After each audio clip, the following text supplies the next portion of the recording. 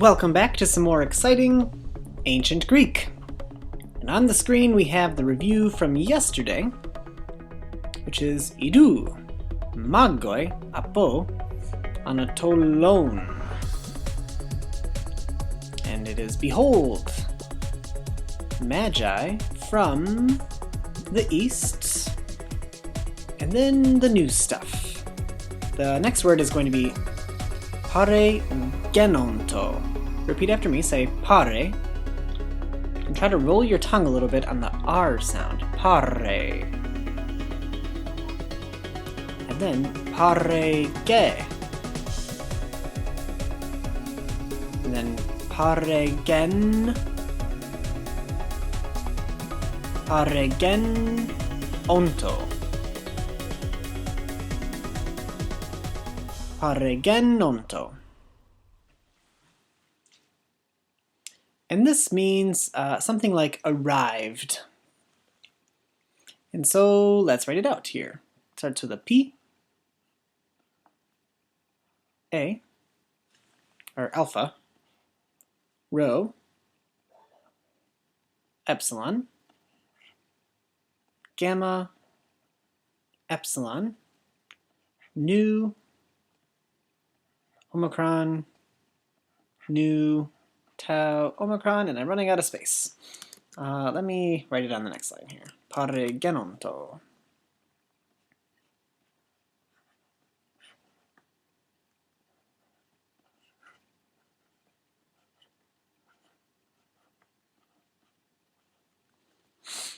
And where should we write the accent? Pare genonto. Pare genonto. I'll give you some hints. Should it be above this E, pare genonto? Or should it be above this E, pare genonto?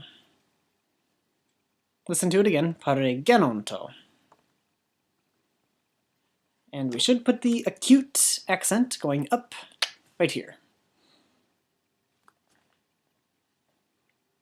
And so we have, behold, Magi from the east arrived, and then the new word, another new word, ace. Ace.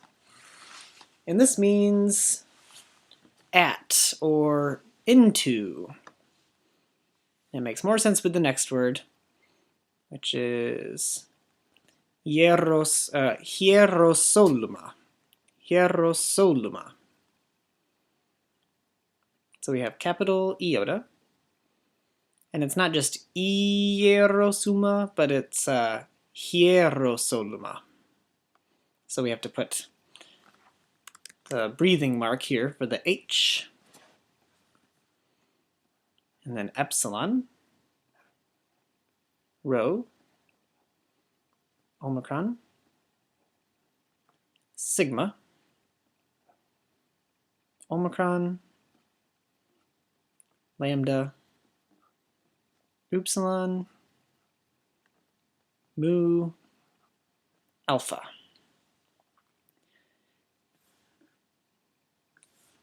So it's here, or maybe we better say hierosoluma.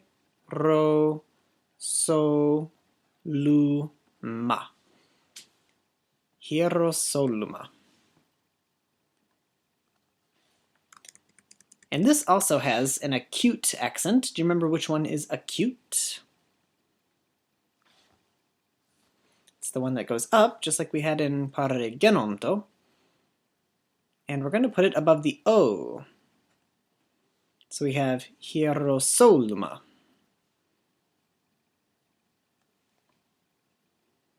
And this word, do you remember what this word is? I don't know if I told you, but it's Jerusalem. So we have Magi from the east. And what is pare genonto?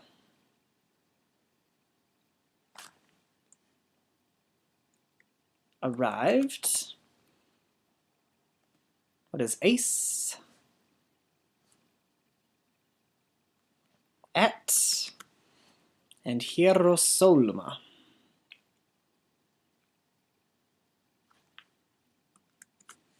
Jerusalem. And when we don't have a breathing mark, like here we're saying that we are breathing on Jerusalem. So we put the breathing mark there. Oh, you know what? I drew this one the wrong way. Oh, it should actually go the other way. Like that. This direction means we are breathing. Sorry about that. Let me rewrite this here.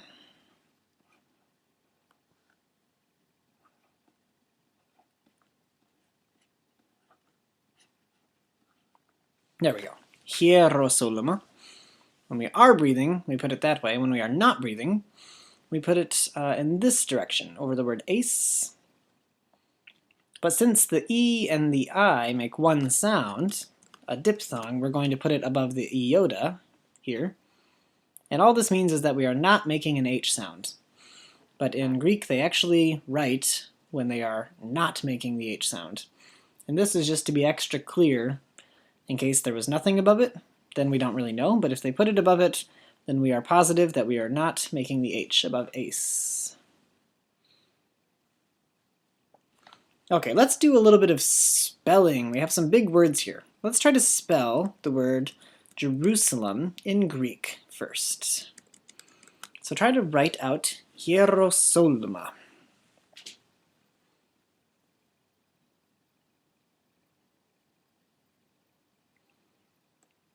And I'll say it as you go. We're going to start with hier.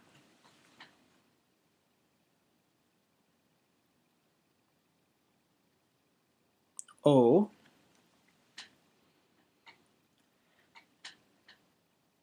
So. Lu. Ma.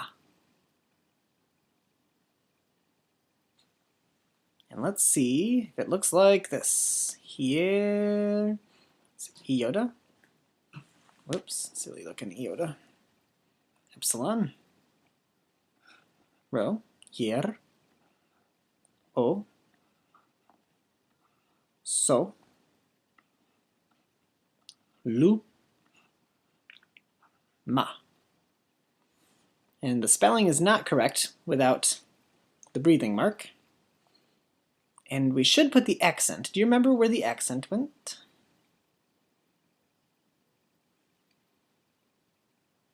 Right here. Hierosoluma.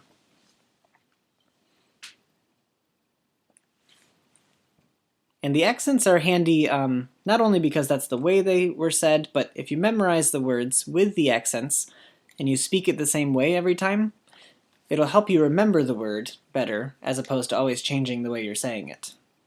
So it's good to memorize the words with the accents from now on. Then how about the word ace? The Greek word for into or in or at. Can you spell ace? It should look something like this. Epsilon, iota, sigma. And this one also had a breathing mark, the one that's telling us that we're not breathing. Do you remember which direction that went?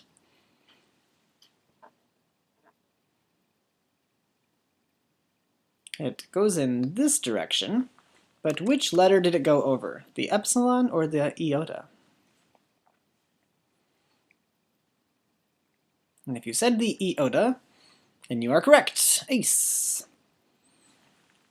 And let's not spell paregenonto right now because I want to go do some review, but we'll work on that later. So let's look at, not that stuff, let's look at this. And this is where I want to start introducing some pausing into the videos. So if you click on the screen, it should pause the video. You might know that already. But I want you to look at this verse and pause it and try to write out the translation into English. So you're going to look at the Greek that's on the screen and then translate it into English. So go ahead and pause right now.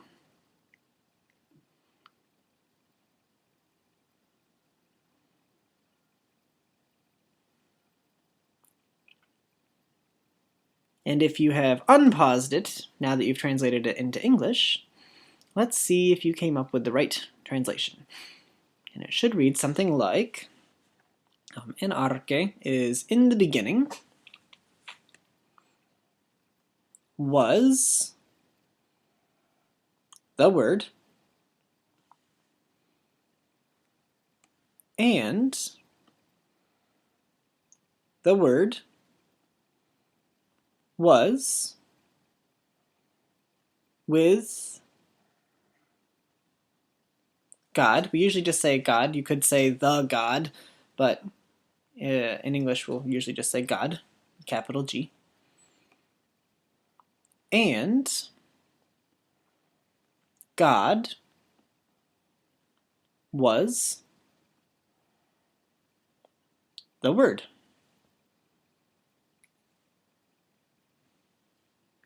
So in the beginning was the Word, and the Word was with God, and God was the Word. Or we usually would say, and the Word was God.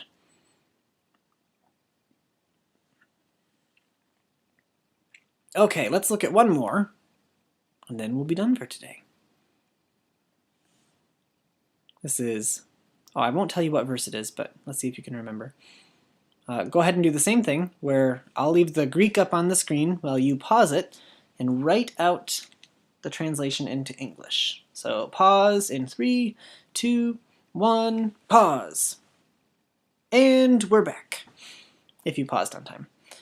All right, let's translate this into English. Arche is the beginning. Tu euangeliu is of the glad tidings, or the good message of Jesus Christ. And remember, it's of Iesu Christou, of Jesus. Huiu, Son, of God.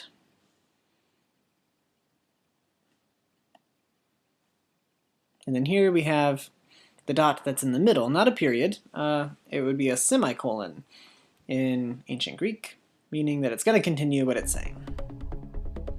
And that is plenty of work for today. So good job.